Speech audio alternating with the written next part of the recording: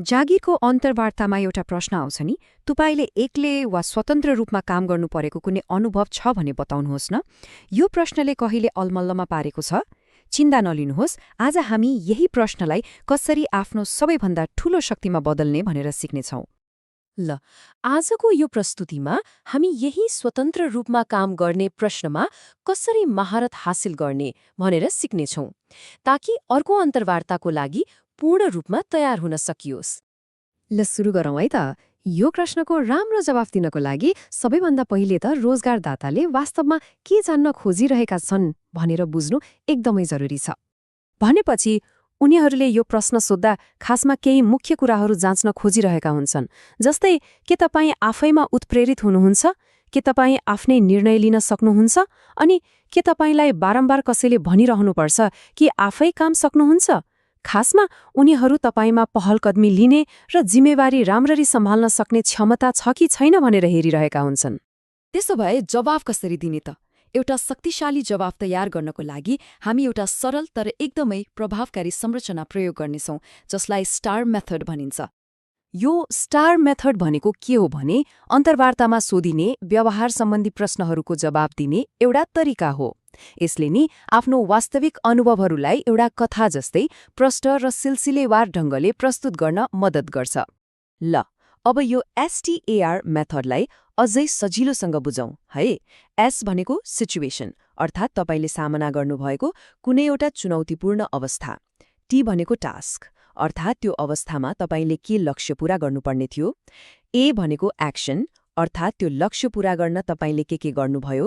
र अन्त्यमा R, जसको अर्थ हो रिजल्ट, मतलब तपाईको कामको परिणाम कस्तो आयो।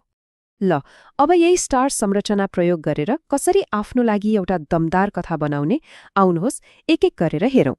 सुरुवात गरौं सिचुएसनबाट, अर्थात् अवस्थाबाट।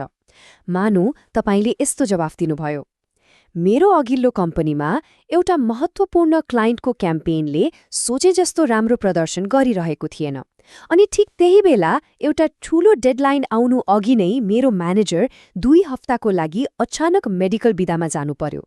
हेर्नुस् त, यसले एउटा साँच्चीकै चुनौतीपूर्ण अवस्था सृजना गर्यो नि। त्यो अवस्थापछि आउँछ टास्क, अर्थात् जिम्मेवारी।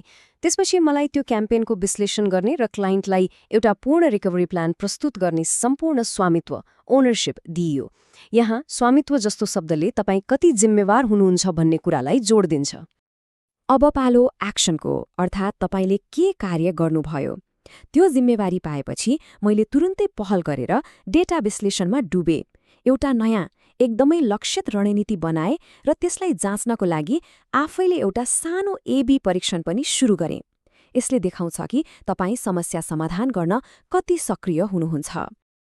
र कथाको अन्त्यमा आउँछ सबैभन्दा महत्त्वपूर्ण कुरा, रिजल्ट, अर्थात् परिणाम। खुशीको कुरा, परीक्षण सफल भयो। मैले परिणाममुखी, रिजल्ट ड्रिभन भएर सबै रिपोर्टहरू प्रस्तुत गरे र क्लाइन्टले त्यो योजना स्वीकृत मात्र गरेनन्, उल्टै क्याम्पेनको बजेट पनि बढाइदिए।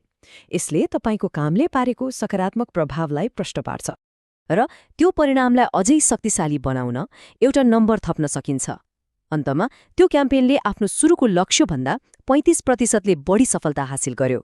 हो, यसरी कुनै नम्बरमा परिणाम देखाउँदा तपाईको जवाफ अविश्वसनीय रूपमा प्रभावशाली बन्छ।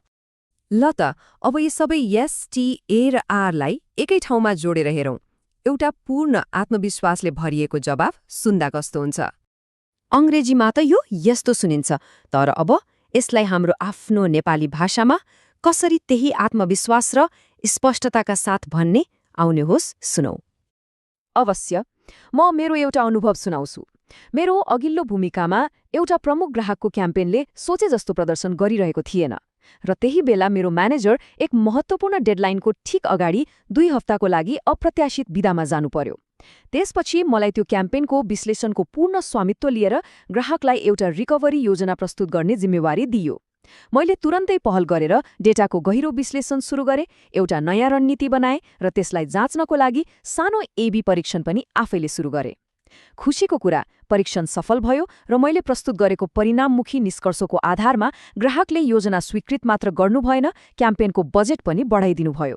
अन्तमा त्यो क्याम्पेनले आफ्नो सुरुको लक्ष्यभन्दा 35% बढी सफलता हासिल गर्यो। त्यो अनुभवले मलाई स्वामित्व लिनु र सक्रिय हुनु कति महत्त्वपूर्ण छ भन्ने कुरा सिकायो र यही प्रोएक्टिभ मानसिकता म यो टिममा पनि ल्याउन उत्साहित छु। राम्रो जवाफ कसरी दिने त्यो त थाहा भयो, तर के गल्तीहरू गर्नु हुँदैन भन्ने जान्नु पनि उत्तिकै महत्त्वपूर्ण छ। आउनुहोस् केही सामान्य गल्तीहरू र त्यसबाट बच्ने उपायहरू हेरौँ। जस्तै मलाई दिएको काम मैले समयमै सकेँ मात्र नभन्नुहोस्, बरु कसैको निगरानी बिना नै तपाईले कसरी थप योगदान दिनुभयो त्यो देखाउनुहोस्। त्यसैगरी एकै वाक्यमा टार्ने खालको अस्पष्ट जवाफ पनि नदिनुहोस्, बरु एउटा पूरा कथा सुनाउनुहोस् जसमा ठोस नाप्न सकिने परिणाम होस्।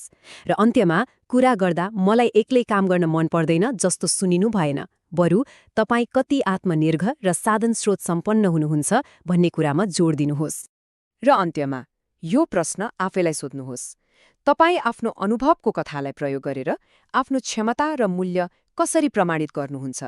हो, यही प्रश्नको तयारीले तपाईँको अर्को अन्तर्वार्तालाई सफल बनाउन सक्छ।